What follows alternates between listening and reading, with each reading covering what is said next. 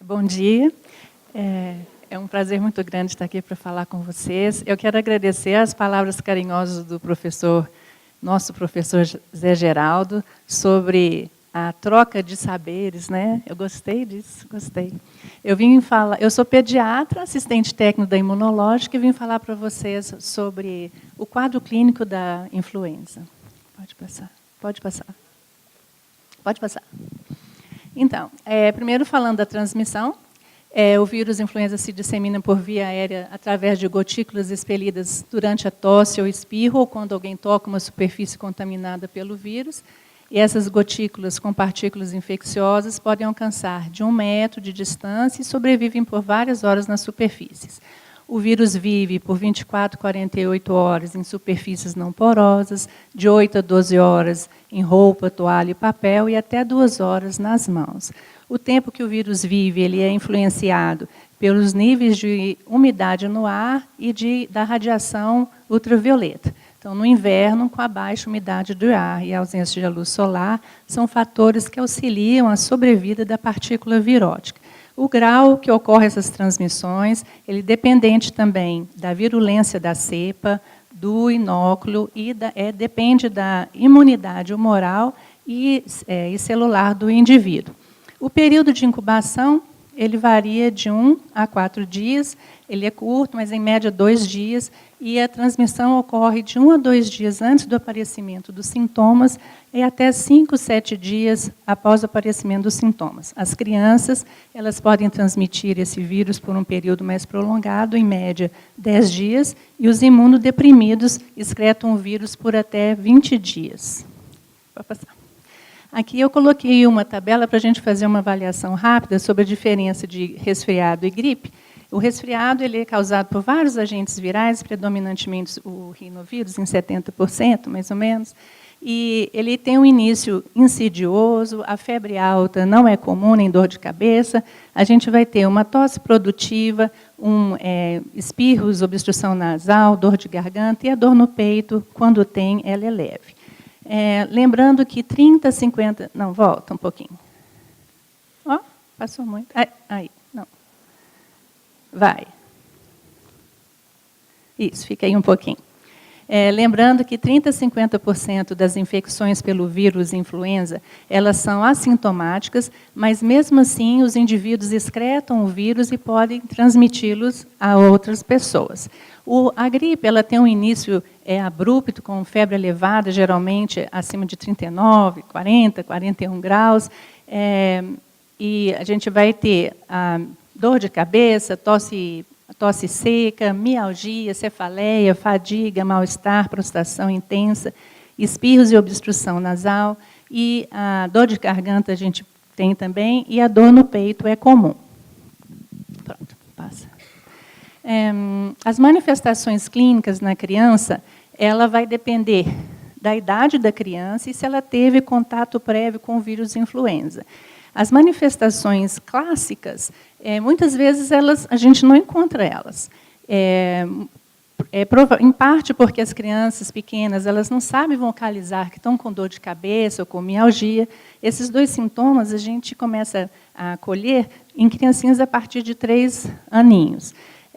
Normalmente, inicialmente, os sintomas respiratórios eles não são muito proeminentes. A gente encontra...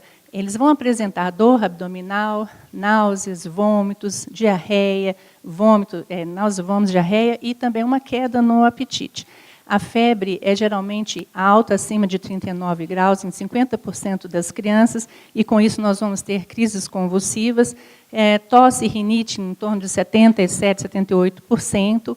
A bronquiolite é muito comum, muito frequente em lactentes e criancinhas pequenas, e a infecção primária pode cursar com otite média aguda em até 25% das crianças até 6 anos de idade. Lembrando que essas criancinhas, mesmo assintomáticas, elas estão transmitindo o vírus para os seus contactantes. A influenza nos idosos, a influenza nas pessoas acima de 60 anos, ela tem um início insidioso, com pouca ou nenhuma febre, eles apresentam um quadro de confusão mental e fraqueza. A gente tem que ter muito cuidado com as pessoas acima de 60 anos, né? Tanto os familiares, né, e os pacientes, porque o quadro é diferente. Podemos passar. A recuperação leva de 1 a 2 semanas, sendo que de 3 a 4 dias o paciente vai ficar de cama com uma prostração intensa.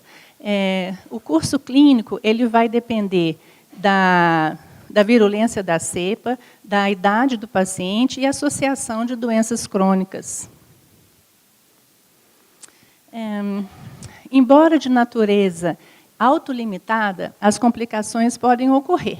E o risco de complicações sérias com o vírus influenza ele é maior em alguns pacientes que formam o grupo de risco. Então, nós temos, esse é o grupo de risco, então, as crianças menores de 5 anos, principalmente de 2 anos, em parte por ter uma baixa imunidade, pelo calibre das vias respiratórias serem pequenas, os adultos com idade superior a 60 anos, a gente sabe que 34% das pessoas nessa faixa etária, elas têm mais uma condição clínica de risco associada. Os portadores de doenças cardíacas ou pulmonar, crônica, insuficiência renal, os distúrbios metabólicos, hemoglobinopatias, os imunodeprimidos, a frequência é mais observada em pessoas com leucemia ou transplantados de órgãos sólidos ou de medula óssea. A taxa de complicação chega a 40% a 60% e a mortalidade até 40%. As gestantes,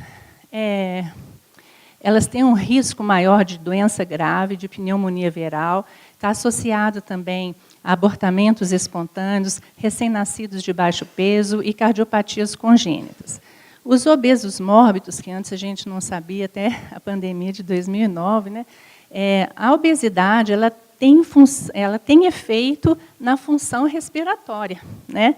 Além de todas as outras complicações que o obeso já carrega, né, de doença cardiovascular, hipertensão e tudo, distúrbio metabólico, foi observado nesse grupo um risco maior de complicação na última pandemia.